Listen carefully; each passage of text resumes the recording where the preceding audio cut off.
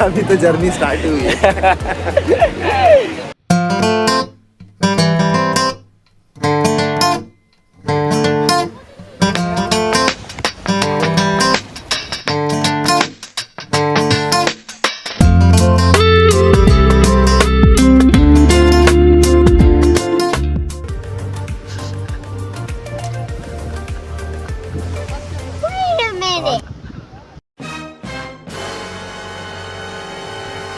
ये सब क्या देखना पड़ रहा है? अच्छा है मैं अंधा हूँ। हमने इस Kanha pure veg family restaurant को बाहर से देखा और आगे चले गए, क्योंकि हमें तो नॉनवेज खाना था ना। बागा बीच के पास असलम भाई की दुकान से हमने 120 रुपया प्लेट की बिरयानी खाई, मजा आया। मुंबई से 10 रुपए कम 97 रुपीज के प्राइस से हमने पेट्रोल भरा और टंकी फुल करके निकल पड़े अगवाड़ा फोर्ट की तरफ। अगवाड़ा फोर्ट की एंट्री के लिए भी आपको 50 रुपीज की पार्किंग पे करनी होती है, और फोर्ट की एंट्री टिकट है मात्र 25 रुपए। पहले गेट से टिकट शो करने के बाद में आप एंटर हो सकते हो, और आगे 1 मिनट बाद फिर से एक टिकट काउंटर आएगा जहां पे वो आपके टिकट चेक करते हैं, और फिर स्टार्ट होता है एक्चुअल फोर्ट। अगवाड़ा फोर्ट में बहुत ही खतरनाक डेडेविल स्टंट करने के बाद अब हम यहाँ से निकल रहे हैं। देखिए दोस्तों, आज मैं आपको सब हिस्ट्री बताऊंगा, सिर्फ घुमाऊंगा नहीं। निकल जाते हैं यहाँ से जरा। तो दोस्तों, मैं ये बोल रहा था, फोर्ट का नाम अगवाड़ा फोर्ट इसके लिए हुआ क्योंकि जिसने बनाया था वो उसने अपने अगवाड़े में बनाया था, तो इसके उसने रख दिया अगवाड़ा फोर्ट। एक उसने एक और बनाया था पिछवाड़ा फोर्ट में, जो टूट चुका है, तो वो पिछवाड़ा फोर्ट अभी है नहीं। कैसा लगा मेरा मजाक? मस्त जोक मारा। सिर्फ आप लोग के लिए अपनी जान पे खेल के आप लोग के लिए अपनी जान पे खेल के मैं बना रहा हूँ।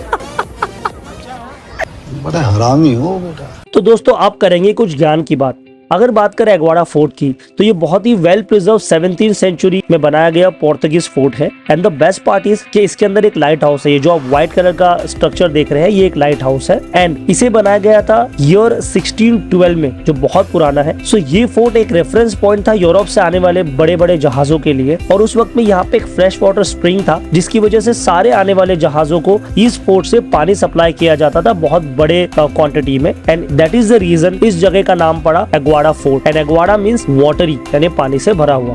और अब बारी है छोटे से सिनेमैटिक वीडियो की।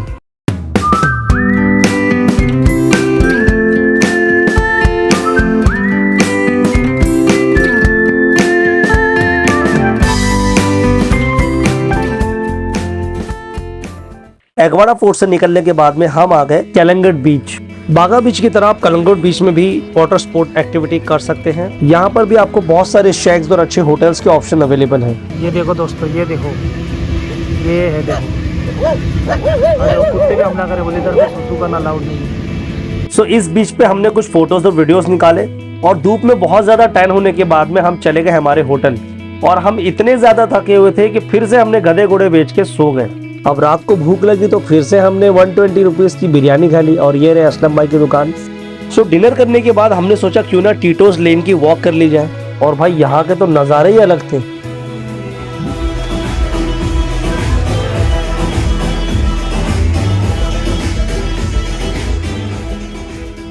दोस्तों टीटोज लैंड पार्टी लवर लोग के लिए बेस्ट प्लेस है। इन क्लब्स में टैग एंट्री स्टार्ट होती है 1000 रुपीज से लेके 3500 रुपए तक।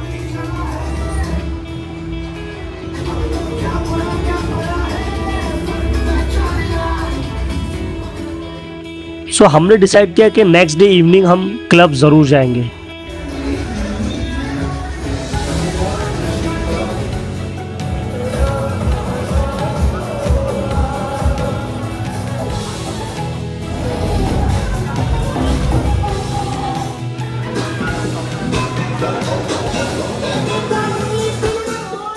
टीटोज लेन के बाद हम चले गए बागा बीच और भाई यहाँ की तो रौनक ही अलग थी। सबसे पहले तो मैंने एलईडी लाइट वाला चश्मा ट्राई किया और मैंने बेचने वाली दीदी से प्राइस पूछा। उन्होंने कहा 450 और मैंने कहा 150 रुपया देगा।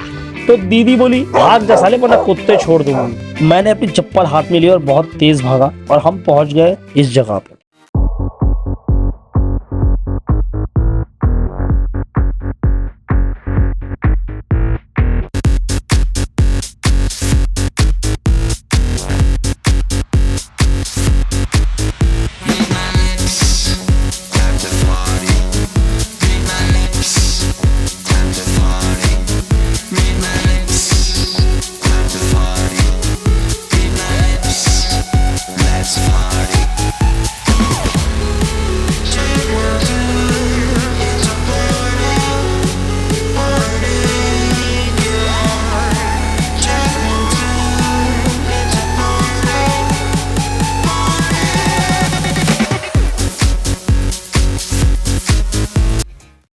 सो हम बागा बीच से निकल ही रहे थे कि मैंने देखा कि टीटोज लाइन की तरफ में एक टर्किश आइसक्रीम की 50वीं कॉपी बेचने वाला इंसान एक बच्चे के पैसे लेने के बावजूद भी उसे आइसक्रीम दे ही नहीं रहा था।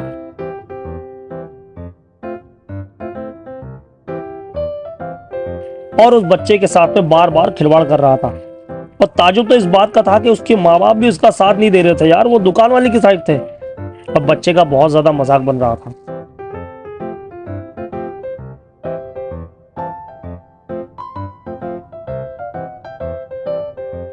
और फाइनली मुझे बहुत गुस्सा आया और जैसे मैंने पीछे से बंदूक दिखाई, ये देख क्या है, ये देख क्या है। देना है, कब से बोल देने के लिए। उसने चुपचाप उस बच्चे को आइसक्रीम दे दी और बच्चा खुशी खुशी अपने घर चला गया। तो अब हम बात करेंगे कि हम गोवा में किस तरीके से जा सकते हैं। सबसे पहले अगर आपका बजट काफी अच्छा है तो आप बाय एयर ट्राई कर सकते हो। और गोवा में यहाँ पे आपको 2 एयरपोर्ट है। अगर आप नॉर्थ गोवा पहले विजिट करना चाहते हो तो आप आइए मोपा एयरपोर्ट। अगर आप साउथ गोवा पहले जाना चाहते हो तो आप उतरिए डेबोलिम एयरपोर्ट पर। और अगर आप सबसे बजट फ्रेंडली ऑप्शन देख रहे हो तो वो होगा बाय ट्रेन। तो आप इंडिया के किसी भी कोने से ट्रेन पकड़ के उतर सकते हो Thivim, Vasco D gamma, Madgaon या करामाली स्टेशंस। और आप अपने लोकेशन के हिसाब से अपने नजदीकी स्टेशन सेलेक्ट कर सकते हैं। और रही बात बाय रोड की, तो आप किसी भी बस सर्विस के जरिए यहाँ पे आ सकते हैं या फिर अपनी पर्सनल 4 व्हीलर या 2 व्हीलर पर भी ट्रैवल कर सकते हो। अब मुंबई टू गोवा की रोड ट्रिप बहुत ही ज्यादा एक्साइटिंग होने की वजह से हमने भी अपनी 2 व्हीलर पे इसे कंप्लीट किया। सो दोस्तों काफी टाइम से मुझे Mumbai to Goa road journey करने का बड़ा मन था और रोड ट्रिप करने के लिए बाइक से बेटर या स्कूटी से बेटर क्या ही हो सकता है। सो मैंने निकाली अपनी स्कूटी और हमने रात के 2 बजे स्टार्ट की हमारी journey from Mumbai to Goa. तो ये लगभग 550 से 600 किलोमीटर की राइड थी। लगभग 2 बजे राइड स्टार्ट करने के बाद हमने अपना पहला ब्रेक लिया मॉर्निंग 5:30 AM को। सो यार यहाँ पे सुबह के 5:30 बजे भी इतना अंधेरा था कि आसपास कुछ दिखाई नहीं दे रहा था। खैर हमने फोकस किया हमारी चाय पे, हमने एनर्जी इकट्ठा की, कुछ स्नैक खाए और निकल पड़े हमारे सफर पे आगे की तरफ। रास्ते में इतनी ज्यादा फॉग थी कि हमें सूरज बिल्कुल नहीं दिखाई दे रहा था। ऑलमोस्ट 7 AM होने वाले थे। सो फाइनली कुछ और किलोमीटर रन करने के बाद में ऑलमोस्ट 7 बजे के बाद हमें दिखा हमारी जर्नी का पहला सनराइज। अरे भाई काले अंधेरी गहरी रात के बाद ये सुबह सनसेट को एंजॉय करने के बाद में हमने अपनी राइड दोबारा स्टार्ट की और कुछ ही किलोमीटर आगे जाने के बाद लगभग 9 बजे के आसपास हमें इतनी ज्यादा नींद आ रही थी कि चलती गाड़ी में हम नींद के झोंके ले रहे थे। सो भाई आपको तो पता ही है कि ड्राइविंग के दौरान अगर आपकी आंखें बंद होती है तो सीधा ऊपर जाके खुलेगी, तो इससे बेहतर है हम कहीं पे ब्रेक ले लो। सो हमने चिपलून से 35 किलोमीटर अंदर की तरफ मेरे एक रिलेटिव्स के यहाँ जाने का डिसाइड किया और हम वहाँ पे चले गए। हमने लगभग 2 से 3 घंटे की अपनी नींद पूरी की, लंच किया और लगभग 4 बजे के आसपास हम वहाँ से निकले टुवर्ड्स गोवा। चिपलून से निकलने के समय हमें मिली ये बहुत खूबसूरत लेक।